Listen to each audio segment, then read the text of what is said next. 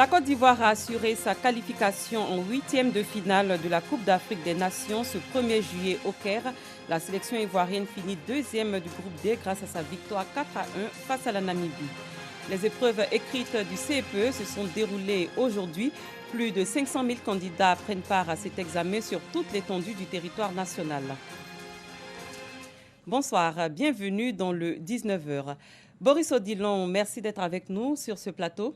Écho de Cannes, c'est tout à l'heure. Qu'allez-vous nous proposer ce soir? Vous l'avez déjà dit, l'information capitale et majeure de cette journée, c'est la brillante qualification des éléphants de Côte d'Ivoire qui ont battu la Namibie sur le score de 4-1. On va longuement s'étaler sur cette qualification de nos pachydermes. Merci Boris Odilon. À tout à l'heure donc pour Écho de Cannes. Mais avant, je répète, la Côte d'Ivoire n'a pas été éliminée au premier tour de la Coupe d'Afrique des Nations pour la deuxième édition de suite. Les Ivoiriens disputeront le second tour de la CAN 2019 le 8 juillet prochain à Suez contre le vainqueur du groupe E. Les éléphants ont décroché leur qualification en huitième de finale en venant à bout d'une opposition namibienne, score final 4-1. Autre chose à présent, l'examen du CEPE, certificat d'études primaires élémentaires, se déroule ce lundi 1er juillet dans tout le pays. Plus de 500 000 candidats sont en lice. Nos reporters Noussangaré et Pagasoro Kone ont sillonné pour vous quelques centres d'examen. Mariam est l'une des candidates à l'examen du certificat d'études primaires élémentaires CEPE au groupe scolaire à Bobo Nord. Une candidate pas comme les autres.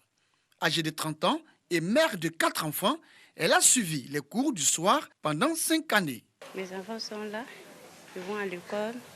Souvent, on m'envoie des papiers. Bon, je ne sais pas lire, je ne sais pas écrire.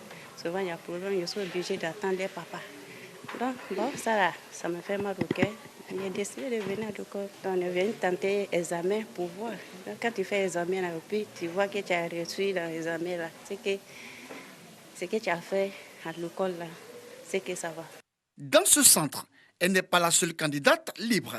J'ai décidé de passer le CP parce que je n'ai pas eu la chance, comme les autres, de partir à l'école. Et puis bon, je me suis débrouillée de faire un peu de cours du soir pour pouvoir avoir au moins mon diplôme de CP. Si j'ai le CP, que je sais bien lire et écrire, je peux faire beaucoup, même le commerce. Maintenant, tout ce qu'on fait, c'est avec la connaissance. Au groupe scolaire à Bobo Nord, ils sont 200 candidats à prendre part à cet examen à grand tirage. Nous sommes arrivés depuis 6 heures. Nous avons commencé à recevoir les surveillants à partir de 6h45, 7h. Déjà, les premiers surveillants étaient déjà là. Bon, les membres du secrétariat, il y en a qui sont même arrivés au même moment que moi. Pas d'anomalie. Les consignes ont été données aux surveillants. Je crois que jusqu'à présent, aucune anomalie n'a été signalée. Les épreuves du CEPE ont lieu ce lundi 1er juillet. Le top départ de cet examen a été donné par la ministre Kandia Kamara à l'école primaire publique Cité Paillé dans la commune d'Adjamé. Nous sommes tous venus ce matin, comme j'ai dit, vous saluer, vous encourager et surtout vous souhaiter bonne chance. Au mois de septembre, je veux vous retrouver tous en 6e dans un collège d'Adjamé. Pour cet examen du CEPE, 551 168 candidats sont répartis dans 2024 centres de composition sur l'étendue du territoire national. À Mbengue, chef-lieu de département dans le Poro, s'est tenue la cérémonie officielle de lancement du CEPE, une première dans cette région. Siekwasi et Jenatoubé nous en parlent. Dimanche 30 juin, veille de l'examen du certificat d'études primaires élémentaires CEPE. Nous sommes au domicile des Yao, dans le village d'Aboboté, dans la commune d'Abobo. Ici réside Léo Kadi, candidate à l'examen du CEPE. Je suis à temps d'étudier pour l'examen. Ça fait des jours que je me prépare pour l'examen de lundi. J'ai bossé sciences avec histoire. C'est que j'ai bossé beaucoup de matières. Je pense que ça peut aller pour l'examen. Après plusieurs tentatives à l'intérieur du pays sans succès, Léo Kadi est conduite à Abidjan par sa tante pour poursuivre les études. Tout début, elle était au village, elle a fait CP1 là-bas. Mais elle a pris l'école à la légère. Là, on ne va pas l'envoyer chez moi. Elle a âgé, mais comme le village, elle ne met pas l'enfant vite à l'école. C'est ça qui a perdu le temps. Mon souhait, je veux que ma fille va en 6e pour devenir quelqu'un demain. Voilà. Pour qu'un jour ses parents aussi puissent dire mon bon nom, quoi. À un moment donné, vraiment, ça n'allait pas. Donc, je suis venu, j'ai demandé l'aide de son grand frère. En tout cas, qu'il puisse l'encadrer pour qu'elle puisse avoir son entrée en 6e. Bon, depuis lors, ça va. Lundi 1er juillet, jour tant attendu pour le démarrage des épreuves du CEPE. Nous retrouvons Léo Kadi en compagnie de son frère aîné en direction de son centre de composition. 8 heures, c'est le démarrage des épreuves. Après plus d'une demi-heure, Léo Kadi peut se rassurer pour la suite des épreuves. J'essaie de faire de mon mieux. Quand je connais, c'est ça que je fais. J'espère que les autres épreuves seront bien. Après l'exploitation des textes, elle devra affronter d'autres matières que sont l'éveil au milieu, la dictée et les mathématiques. Rendez-vous est pris pour le 15 juillet prochain, date prévue pour la proclamation des résultats. Vous venez plutôt de suivre l'élément sur le déroulement de l'examen du CEPE pour une candidate libre, Léo Kadi. Elle a été suivie par nos reporters Nousangaré et Pagassoro Kone. C'était dans son centre de composition dans la commune d'Abobo. Nous repartons donc à Mengue, chef-lieu de département dans le Poro, où s'est tenue la cérémonie officielle de lancement du CEPE. Une première dans cette région, c'est ce que nous disent Siekwasi et Jeanne Atoubé. Scolaire Issa Koulibaly de Mengue. C'est l'établissement que la direction régionale de l'éducation nationale du Poro a choisi pour le démarrage officiel de l'examen du CEPE dans cette région. Le top départ de la composition est donné par le directeur régional de l'éducation nationale, Yassine Koufi, accompagné du préfet du département de Mengue. Les candidats reçoivent ses conseils et ses encouragements. On ne regarde pas sur le voisin, on se fait confiance entièrement. Les candidats composent dans la sérénité et la quiétude, rassurés de la visite des chefs religieux qui les accompagnent de leurs prières. On va tricher, sinon pour nous attraper là, on va partir en prison. J'ai 26 ans, je n'ai pas honte de passer le CEP. J'aimerais souhaiter à mes collègues qui n'ont pas eu le courage de passer le CEP, je les invite l'année prochaine pour qu'ils viennent passer le CEP. Après Mbengue, le directeur régional de l'éducation nationale et ses collaborateurs ont sillonné d'autres centres d'examen, comme ici dans le village de Koni à l'heure de l'épreuve d'éveil au milieu.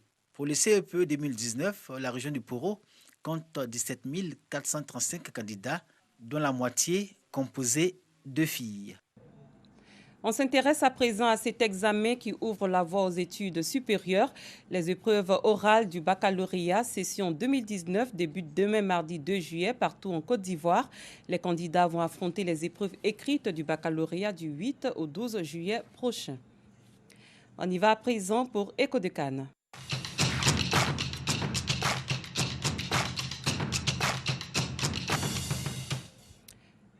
Boris Odilon est avec nous. Afrique du Sud, Maroc, Namibie, Côte d'Ivoire, Kenya, Sénégal, Tanzanie, RD Congo. Ce sont là les matchs qui ont meublé cette journée.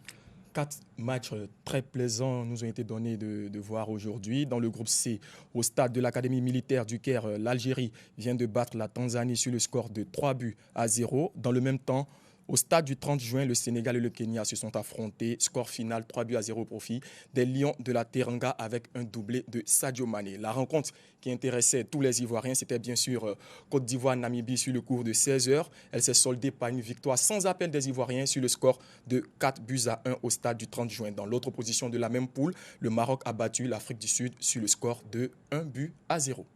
Alors, la victoire des éléphants réjouit au plus haut point les Ivoiriens, à commencer par nous-mêmes sur ce plateau, notamment les supporters, sans oublier les joueurs eux-mêmes. Joie et réjouissance au Caire. Juste après le coup de sifflet final, les supporters ivoiriens ont envahi les rues pour chanter les gloires de l'équipe nationale. On va les écouter, sans oublier le capitaine Sérédié qui laisse un message fort aux Ivoiriens.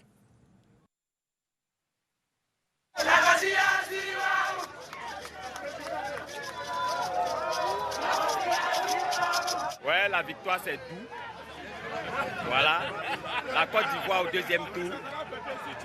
On ne peut pas rêver mieux. À la grâce de Dieu, ça va. Je veux dire aux Ivoiriens qu'on a mal quand ils ont mal. On est content quand ils sont contents. Okay. On est en guerre ici. Ouais. On va continuer à se battre. Il faut dire que les supporters de la sélection ivoirienne sont nombreux. Vous nous proposez d'autres réactions? Oui, pour revenir aux supporters, il faut dire que chaque année, le CNSE, Comité national des supporters des éléphants, convoie près de 200 supporters partout où les éléphants de Côte d'Ivoire, que ce soit les footballeurs ou bien d'autres des internationaux, d'autres disciplines, se produisent. Voilà. D'autres réactions, nous avons pu avoir l'occasion d'échanger avec Ibrahima Bakayoko, ancien footballeur ivoirien, attaquant de l'équipe nationale de Côte d'Ivoire, qui a eu l'occasion de disputer le match Côte d'Ivoire-Namibie en 1998 et qui a même inscrit un but. Et Kadek Ilavogui, consultant au niveau de la RTI, première chaîne, il nous donne une analyse de ce match Côte d'Ivoire-Namibie. L'objectif, c'était la qualification. On l'a eu en poche. Après un match difficile, il faut le reconnaître, avec beaucoup d'approximations. Une nouvelle fois, on a vu que on était capable encore de sortir des matchs difficiles. Certains joueurs ont répondu. Bamer, Wilfried Zaha, que je trouve encore en dedans pour la compétition. Mais surtout, je vais dire des joueurs qui, pour moi, continuent de confirmer, tel que Wonlo Koulibaly, qui est sa première canne, qui confirme sur le côté gauche.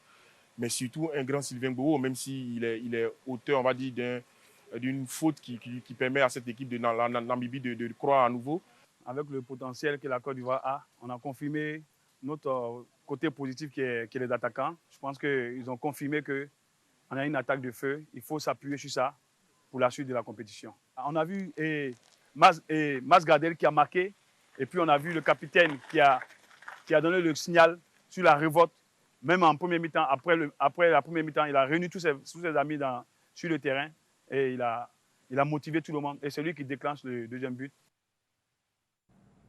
Et très rapidement, on va revenir sur le classement de la Côte d'Ivoire après cette victoire. Dans la poule D, le Maroc occupe la première place avec 9 points, suivi de la Côte d'Ivoire 6 points. L'Afrique du Sud avec 3 points occupe la troisième place et la Namibie en quatrième place de cette poule. Dans la poule C, l'Algérie avec ses 3 victoires en 3 matchs occupe la première place avec 9 points, suivi du Sénégal 6 points. Les autres équipes sont en ballottage défavorable pour une potentielle qualification. Et quand est-ce que l'équipe de la Côte d'Ivoire sera en attraction de nouveau? Dans une semaine, exactement le lundi 8 juillet, le prochain match de la Côte d'Ivoire. Peut-on avoir une idée des équipes qualifiées pour les huitièmes de finale? Les équipes qualifiées sont Madagascar, Nigeria dans le groupe B. Dans le groupe A, nous avons l'Égypte et l'Ouganda. La RDC est en attente d'une éventuelle qualification. Dans le groupe D, la Côte d'Ivoire et le Maroc. La Côte d'Ivoire qui vient de se qualifier. Et dans le groupe C, l'Algérie et le Sénégal. Parlez-nous des matchs de demain.